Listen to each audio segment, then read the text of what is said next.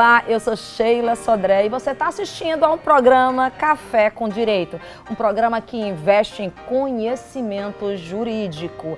E você que está nos assistindo, que se interessou com esse tema, mas é da área jurídica como advogado, você saiba que esse programa está redondinho para você. Porque nós vamos falar de um tema que eu considero carente no nosso mercado, porque nós somos tecnicamente preparados para sermos advogados. Mas um profissional de advocacia, ele tem que também gerir a sua vida profissional. Isso eu falo de forma financeira, tá? E até da própria gestão das pessoas. Então, para falar sobre esse tema, nada melhor do que alguém que lida com isso constantemente. E aqui eu trouxe o Dr. Daniel Farias, que é o presidente do CESA, que é o Centro de Estudos de Sociedades de Advogados. Seja bem-vindo, Dr. Daniel, ao programa Café com Direito. Obrigado, Sheila. Para mim também é um prazer imenso estar mais uma vez com você aqui no programa Café com Direito.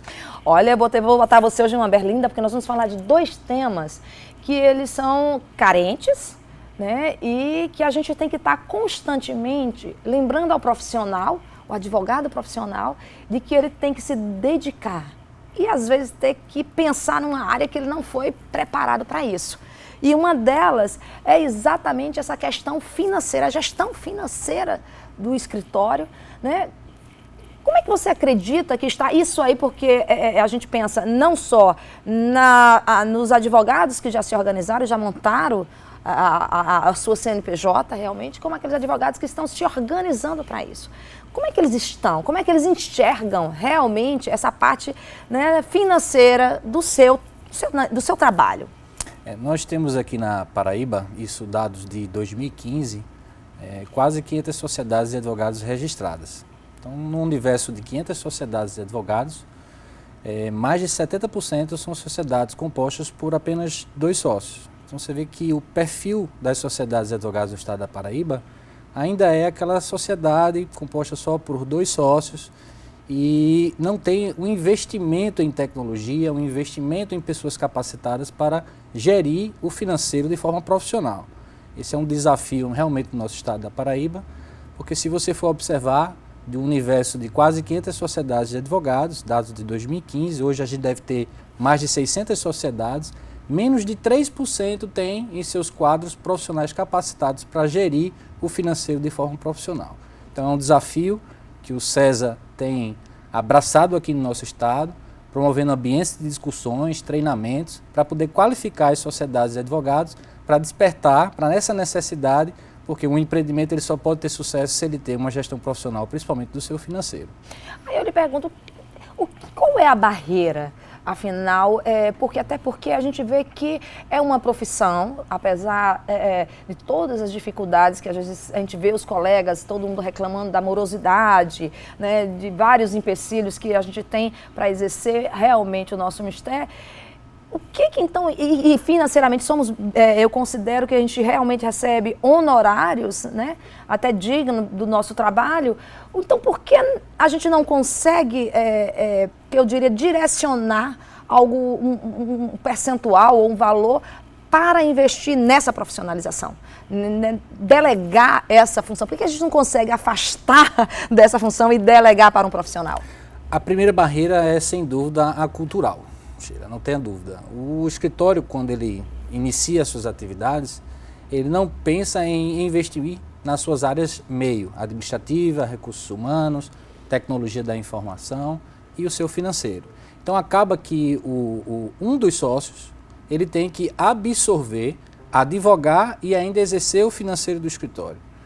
A gente já está passando por uma nova fase na advocacia, né? A tecnologia, de certo modo, tem transformado a forma de gerir os escritórios.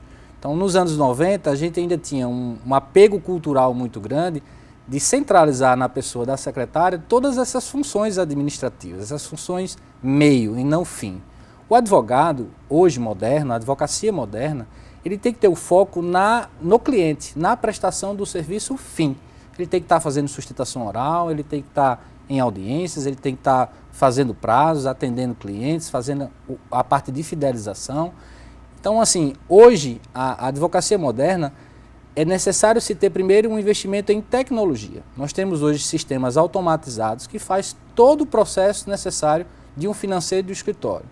Se o advogado que abriu o seu escritório, ele não tem essa necessidade de investir em tecnologia, ele tem que então investir em um profissional na área financeira. Se ele não quer investir em um profissional para cuidar dessa parte financeira, não tem outra saída.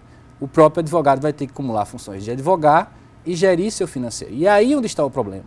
Porque são funções que praticamente não se conciliam. Claro. Alguma coisa ou outra vai acabar deixando a desejar. Ou você vai deixar de atender bem sua carteira de clientes, ou você vai atendendo bem seu financeiro, ou você vai atender bem seus clientes e não vai saber fazer as contas dentro do seu escritório. O que o advogado tem que fazer hoje é, como anda meu financeiro? Né? Se eu passar um período de 4 meses sem receber nenhuma receita de honorários do meu escritório se mantém? Ele tem dentro do financeiro muito bem dividida a questão de contas a pagar, contas a receber? Como é essa parte de cobrança dos honorários com seus clientes? Como é essa parte de emissão de notas fiscais? Como é a parte de pagamentos? Como é a parte daqueles custos variáveis? É feito orçamento?